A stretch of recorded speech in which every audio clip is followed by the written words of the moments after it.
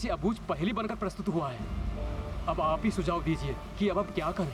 मैं भी दुविधा में हूँ पुत्र कि हमें इस सागर को पार करने की चेष्टा करनी चाहिए या नहीं। यदि कहीं से कोई स्पष्ट संकेत प्राप्त हो जाता कि माता सीता सागर के उस पार ही हैं, तो निर्णय लेना सरल हो जाता।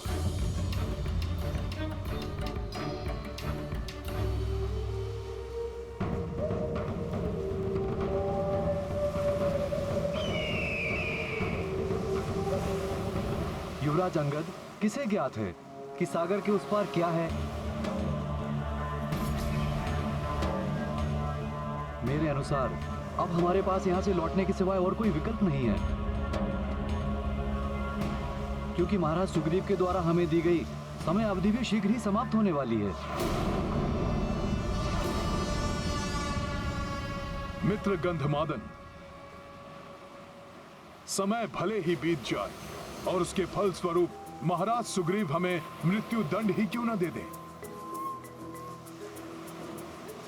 परंतु हमें अपने कर्तव्य पथ से विमुख नहीं होना चाहिए। निराश होकर लौटने के स्थान पर हमें माता सीता को ढूंढने का हर संभव प्रयास करना चाहिए, अन्यथा प्रभु श्री राम उनके वियोग की दुखाग्नि में जलते रहेंगे। यदि हम अपने प्राण देकर भी माता सीता का कोई समाचार प्रभु श्री राम तक पहुंचा सके और उनकी पीड़ा हरने में सहायक बन सकें, तो हमारा जीवन सफल हो जाएगा।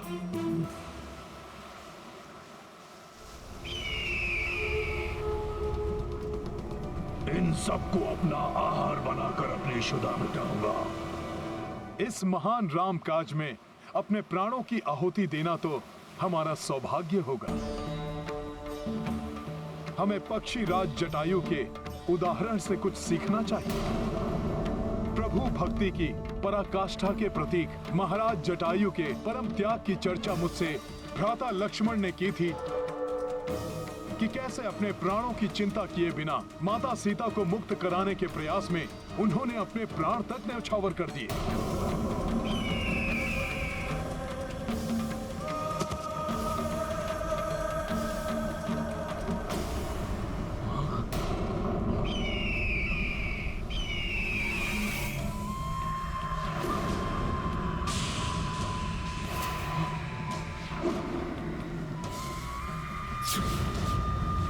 अब ये कौन सी नई आपदा आ गई? इतना विशाल काय पक्षी, कहीं ये हम सबको खाने तो नहीं आ रहा?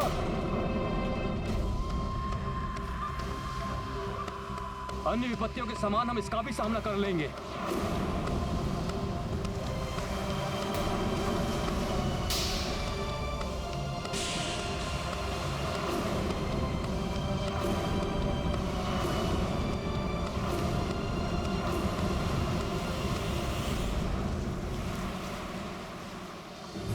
तुम अभी जटायु की बात कर रहे थे, क्या हुआ उसे?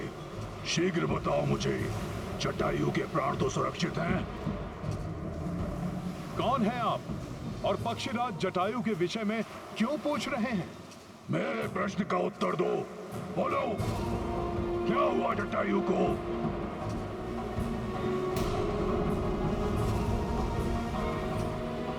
धीरज रखिए, मैं विस्तार से आपको सब बताता हूँ। अयोध्या नरेश महाराज दशरथ के ज्येष्ठ पुत्र श्री राम की पत्नी का हरण कर दुष्ट रावण उन्हें अपने पुष्पक विमान से किसी गुप्त स्थान पर ले जा रहा था। तभी महापराक्रमी पक्षीराज जटायु की दृष्टि रावण के इस दुष्कृत्य पर पड़ी। उसे रोकने के लिए उन्होंने अत्यंत तीव्र वेग से उड़ने वाले रावण के शक्तिशाली पुष्पक विमान की गति का सामना किया। जा दुष्ट रावण!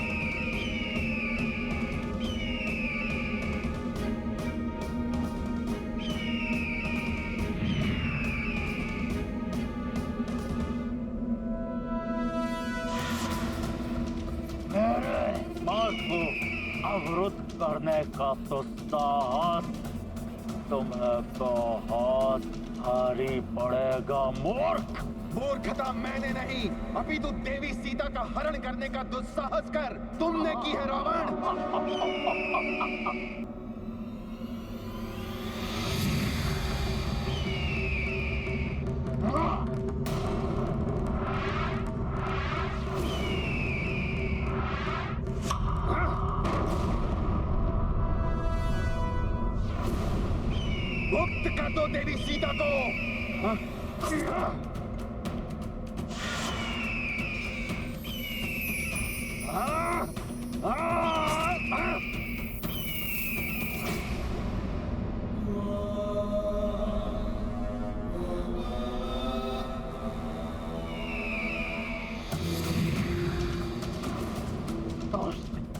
अभी दिखाता हूं तुम्हें।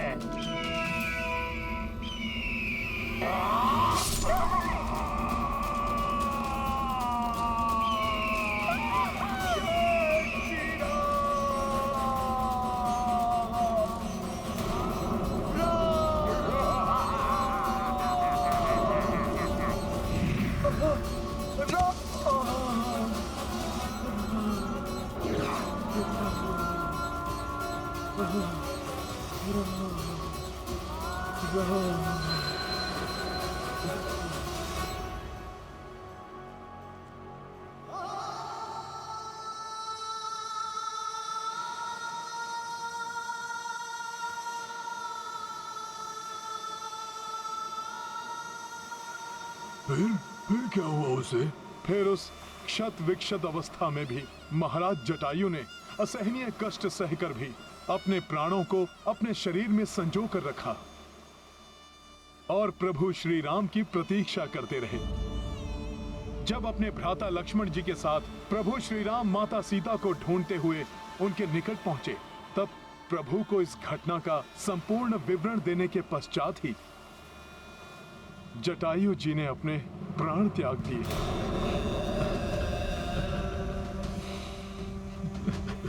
भ्राता जटायु संपाति आपकी रक्षा भी न कर सका।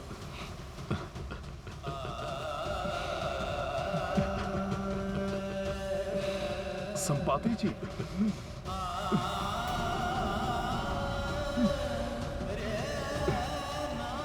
अपने आप को संभालिए संपाति जी। सदाचार और विनय का प्रतीक था मेरा अनुज जटायु। उसके विपरीत मैं दंभी और मूढ़ था।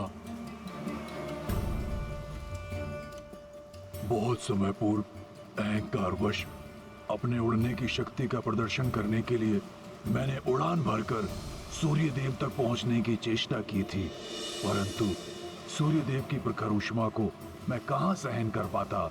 उनके समीप जाते ही मेरे पंख झुलस गए और पंख जल जाने के कारण उड़ने में असमर्थ हो मैं यहाँ आकर गिर पड़ा। उस दिन के उपरांत मैं कभी उड़ान नहीं भर पाया। मृत्यु मेरी होनी चाहिए थी, मेरे शूरवीर भ्राता की नहीं।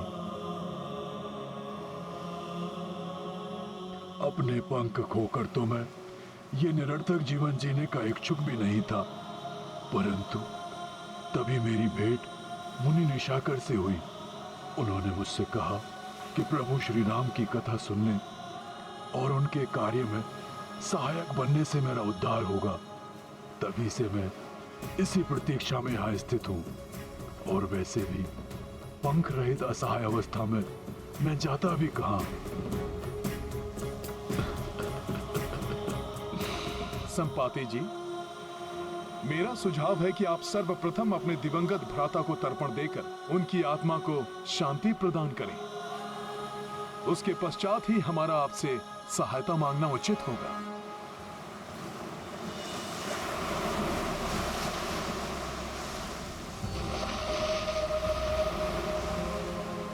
अद्य श्रुते स्मृति पुराणोत्फल प्राप्त्यार्थम देवर्षि मनुष्य पितृतर्पणम करिष्ये।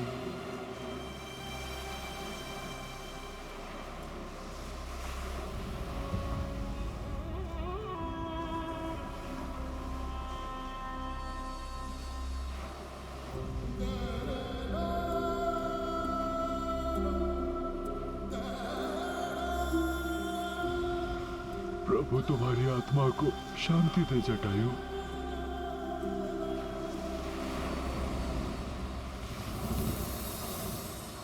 हे महान संपाति जी, आपके कथनानुसार आप यहाँ दीर्घ काल से स्थित हैं। हमें बताइए कि आपने यहाँ आकाश मार्ग में पुष्पक विमान या माता सीता को किसी दिशा में जाते देखा है? जहां तक मेरी वृद्ध बुद्धि को स्मरण पड़ता है, कुछ दिनों पूर्व जब मैं चौकन्ना रहकर अपने भोजन के लिए किसी आखेट की प्रतीक्षा कर रहा था, मुझे आकाश से एक करुणा भरी पुकार सुनाई दी थी। स्वर स्पष्ट नहीं था, परंतु ऐसा प्रतीत होता था जैसे किसी युवती का है। परंतु जब तक मैं अपनी दृष्टि को उस स्वर पर केंद्रित कर पाता, एक विमान सागर के उस पार क्षितिज में विलीन होकर अदृश्य हो रहा था। प्रतीत होता है संपाति जी द्वारा देखे गए उस विमान से आने वाला स्वर माता सीता का ही था। संभव है दुष्ट रावण उन्हें सागर के उस पार लंका नगरी ले गया हो। यदि ऐसा है काकाश्री, तो अब हमें कैसे ज्ञात करेंगे कि अभी भी माता सीता लंका में ही है? गरुड़ दृष्टि तो 100 योजन तक देख सकती है। संपाति जी, क्या आप अपनी पैनी गरुड़ दृष्टि से लंका नगरी की ओर देखकर ज्ञात कर सकेंगे कि माता सीता वहां पर हैं या नहीं? पुत्र, यहां से तो कुछ दिखाई नहीं देगा, और मैं ऐसा असहाय पक्षी हूं जिसके पास पंख ही नहीं है। आकाश में उड़कर देखने में अक्षम हूं मैं। यह मेरा दुर्भाग्य है कि मैं तुम्हारी कोई सहायता नहीं कर सकता। निराश मत होइए संपाति जी। प्रभु का नाम लेने से तो समस्त विषाद दूर हो जाते हैं। एक बार पूर्ण श्रद्धा और विश्वास से प्रभु का नाम लीजिए संपाति जी। मुझे विश्वास है कि उससे कोई उपाय अवश्य निकलेगा। मैं अवश्य प्रयास करूंगा हनुमान।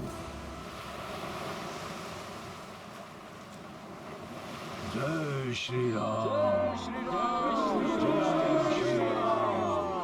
जय श्री राम। जय श्री राम। राम।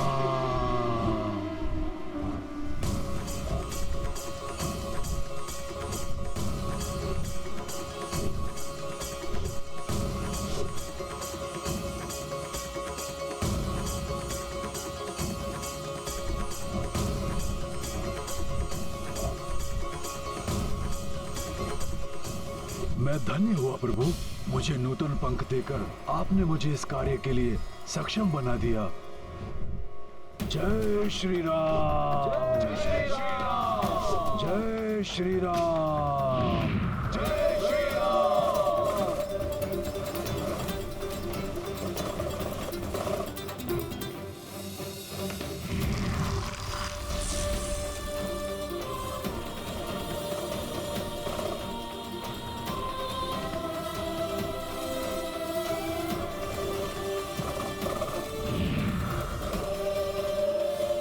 हे संपाति जी, क्या दिखाई दिया आपको? क्या आपको माता सीता के दर्शन हुए? हाँ पुत्र, लंका जैसी भोग और विलास की नगरी में साधारण वेशभूषा में एक वृक्ष के नीचे उदास और चिंतित बैठी एक महिला दिखी, परंतु वो माता सीता ही है, ये निश्चित रूप से नहीं कहा जा सकता पुत्र। हो न हो वो माता सीता ही होंगी, अर्थात देवी स्वयं प्रभा ने हमें उचित स्थान पर भेजा था। प्रतीत होता है कि हम अपने लक्ष्य के निकट हैं। अब हम प्रभु श्री राम का ये महान कार्य पूर्ण करने की आशा कर सकते हैं। हाँ हनुमान जी, परंतु हमें इस बात की पुष्टि करनी होगी कि संपाति जी द्वारा लंका नगरी में देखी गई महिला माता सीता ही है। हाँ पुत्र, और ये भी कि प्रभु श्री राम के साथ हमारे यहाँ लौटने तक वो वहाँ सुरक्षित रहेंगी। परंतु ये हम करेंगे कैसे? हाँ, वहां कौन जाएगा और कैसे?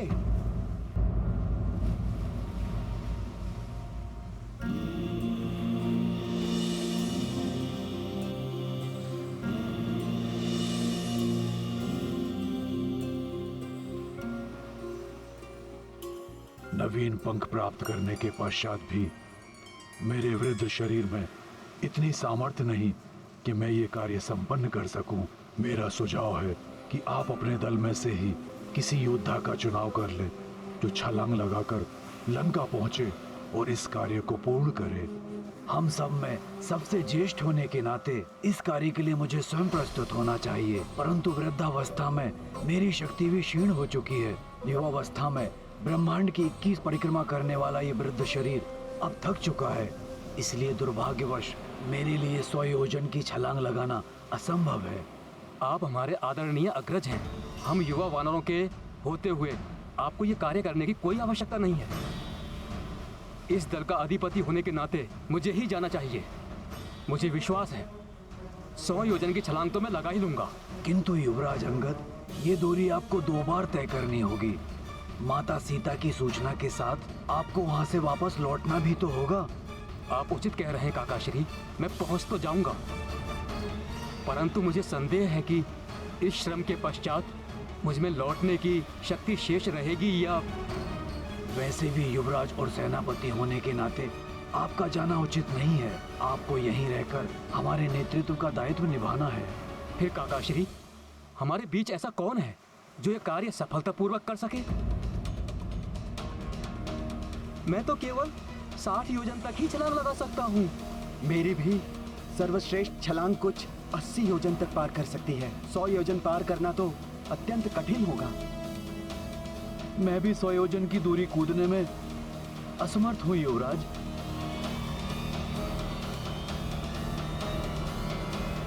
ये कैसी व्यवस्था है काकाश्री?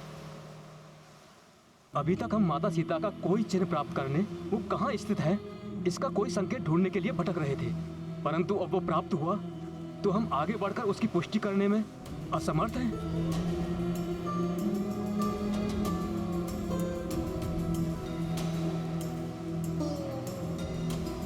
निराशा त्याग दीजिए युवराज अंगद।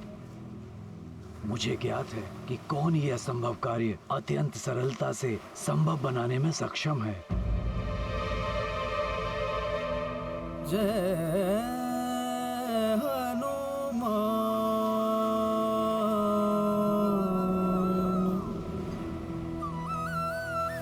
जय श्री राम,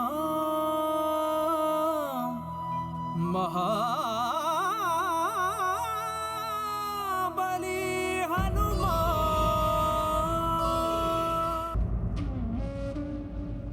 भ्राता लक्ष्मण, मैं किस मुंह से प्रभु श्री राम को यह अशुभ समाचार दूं? जिस कार्य को हमने अति उत्साह के साथ आरंभ किया था उसमें अभी तक निराशा के सिवा कुछ भी प्राप्त नहीं हुआ है।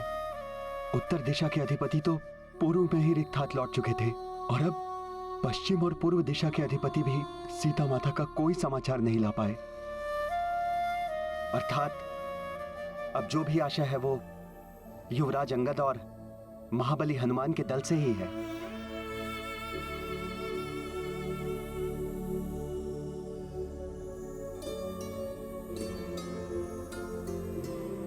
हनुमान, अब तुम्हें ही इस रामकाज को पूर्ण करना होगा। हनुमान,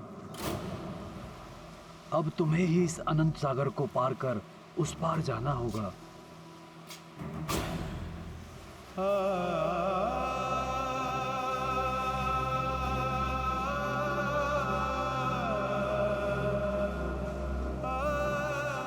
यदि मैं समर्थ होता तो सहर्ष चला जाता, परंतु मामाश्री, मुझ जैसे साधारण वानर के लिए ये कहाँ संभव है? साधारण नहीं, समस्त वानर समाज के भूषण हो तुम हनुमान। तुम सर्वश्रेष्ठ हो वानर। हनुमान, यहाँ हम सभी योद्धाओं में उपस्थित एक तुम ही हो जो इस दुष्कर कार्य को कर सकते हो। स्मरण करो हनुमान, तुम कौन हो? तुम कितने अनुपम बल के स्वामी हो हनुमान, जो जग में संकट मोचन के नाम से विख्यात है, जिसकी बल, बुद्धि और शक्ति का कोई सानी नहीं है। तुम हो हनुमान। मैं तुम्हें तुम्हारी असाधारण शक्तियों से पुनः परिचित कराता हूँ हनुमान। सुनो ध्यान से।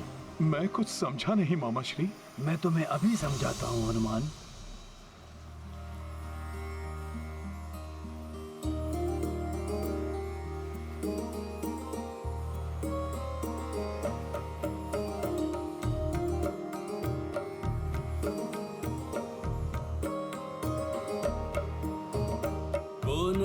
जानत है जग में कपि संकट मोचन नाम तिहारो। संकट मोचन नाम तिहारो।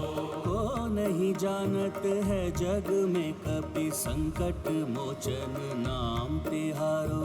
संकट मोचन नाम तिहारो। अंजनी पुत्र हो केसरी नंदन, शिव के जो अंश शिवांश पुकारो। शिव के जो अंश शिवांश पुकारो। बाल समय भानु भक्षी लियो तुम, जान के फल कोई प्यारो प्यारो। जान के फल कोई प्यारो प्यारो। देव की ये बिनती तब छोड़ो, देव की ये बिनती तब छोड़ो, दिनकर जग में की उजियारो। को नहीं जानत है जग में कपि संकट मोचन नाम तिहारो। संकट मोचन नाम तिहारो।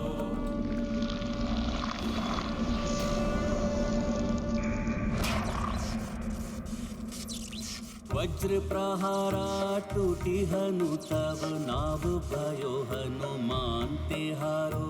नाव भयो हनुमान तिहारो। आशीष रूपी वरदान अनगिन, देव सभी तुमको दे डारो। देव सभी तुम